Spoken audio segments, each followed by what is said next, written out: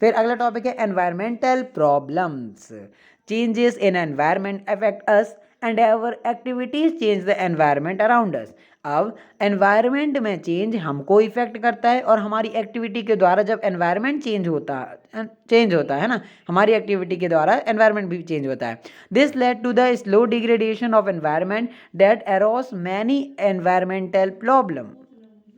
This led to slow degradation of environment, यानी कि जो एनवायरमेंट रहता है ना वो बहुत धीरे धीरे इसको ये हैपन होता है। That arose many environmental problem, और इसकी वजह से बहुत ज़्यादा एनवायरमेंटल प्रॉब्लम होते हैं, जैसे कि example depletion of the ozone layer and waste disposal. आगे इन्हीं को पढ़ना है तो देखते हैं। पहला डिप्लीशन ऑफ ओजोन लेयर। अब सबसे पहले देखते हैं ओजोन O3 है ना, ओजोन का मॉलिक्यूलर फॉर्मूला होता है O3। अब ओजोन क्या है? Ozone is a layer is largely found in the stratosphere, which is a part of 4 atmosphere from 12 kilometre से 50 किलोमीटर above sea level, है ना। तो जो ओजोन लेयर है, आपको पता होगा कि हमारे पृथ्वी में एक ओजोन लेयर है ना, ये कहाँ पर पाई जाती है? स्ट्रेटोस्फीयर में पाई जाती है। अब अर्थ के पास 5 लेयर हैं एटमॉस्फेयर की, ट्रोपोस्फेयर, स्ट्रेटोस्फेयर, मेसोस्फेयर, थर्मोस्फेयर और एक्सोस्फेयर। स्ट्रेटोस्फेयर सेकंड नंबर पे आती है और यहीं पर पाई जाती है ओजोन लेयर। ओजोन का मॉलिक्यूलर फॉर्मूला होता है O3, है ना। हाँ, और जो ये स्ट्रेटोस्फेयर है ये सी लेवल से 12 से 50 किलोमीटर ऊपर पाई जाती है ना।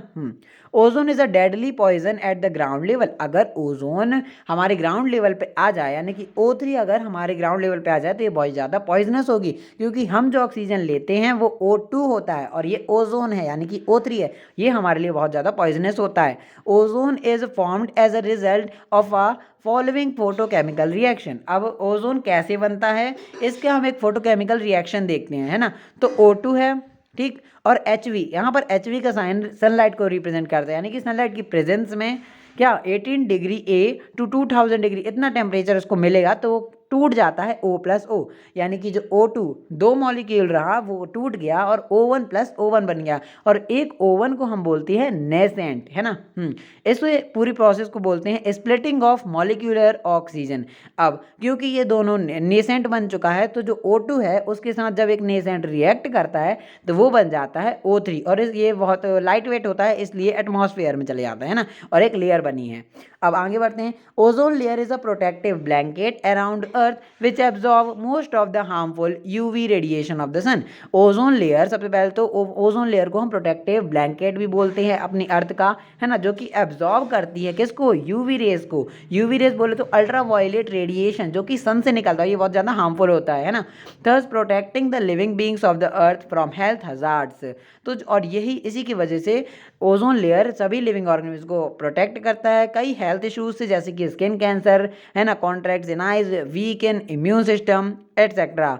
अब the decline of ozone layer thickness is Antarctica was first discovered in 1985 was and was termed as ozone whole.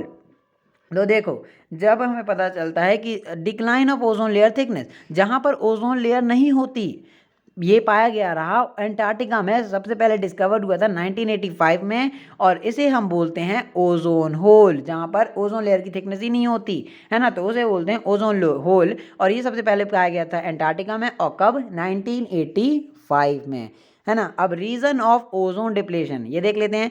Excessive use of CFCS, यानी कि CFCS का फुल फॉर्म होता है क्लोरोफ्लोरोकार्बन, आ सिंथेटिक इनर्ट केमिकल, है ना। तो अगर हम क्लोरोफ्लोरोकार्बन का ज़्यादा यूज़ करेंगे तो ये बहुत खतरनाक केमिकल है ना। Example freon which are used as refrigerants and in the fire extinguishers caused ozone depletion in the upper atmosphere.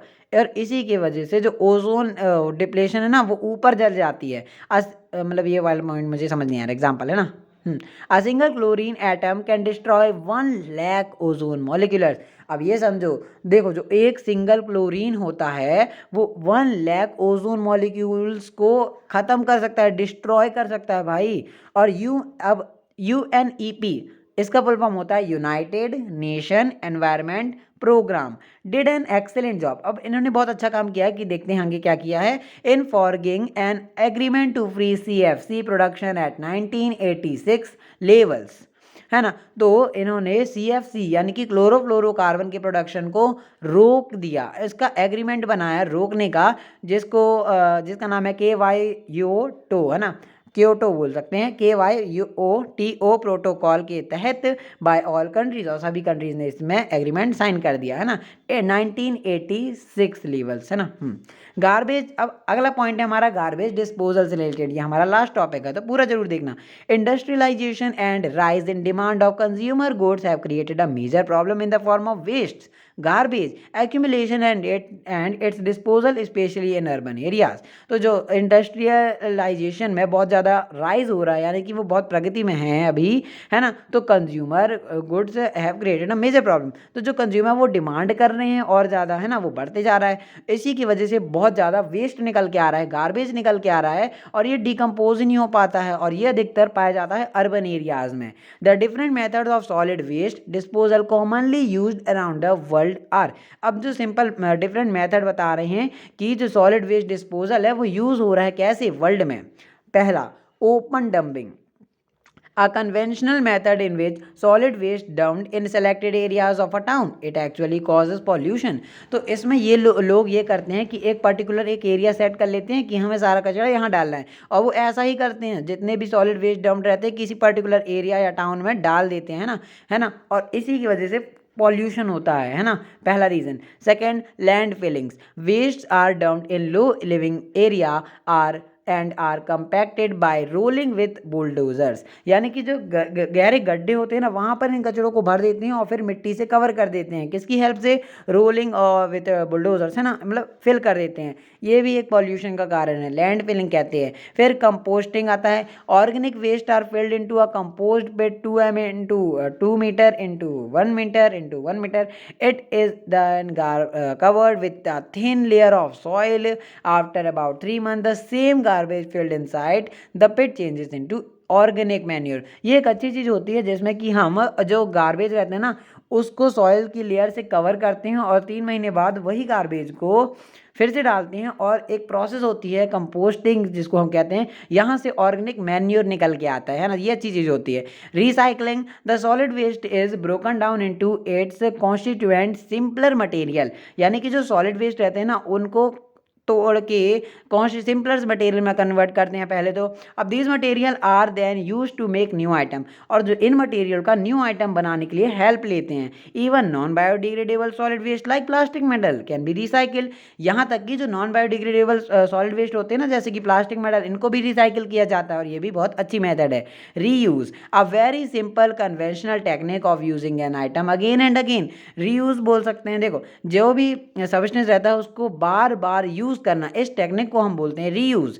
Example, paper can be reuse for making envelope etcetera, और मतलब रिसाइकल होता है जिस भी सामान को उसको हम रीयूज कर सकते हैं ना, यही होता है। और ये यहाँ पर हमारा लास्ट टॉपिक था, हमारा ये चैप्टर हो जाता है कंप्लीट। क्वेश्चन बैंक्स, अब मैं आपसे कुछ क्वेश्चन पूछ सकता हूँ। ओ नो, ये क्या हो गया, रुको। हाँ, तो देखो ये हैं कुछ क्वेश्चंस, है ना, और इसी चैप्टर के क्वेश्चन है, 1 मार्क क्वेश्चन है, पेपर में आने की संभावना है। तो इन सभी क्वेश्चंस को आप अपनी नोटबुक में नोट कर सकते हो और मुझे कमेंट करके इनके आंसर बता सकते हो, समझो। Thanks for watching.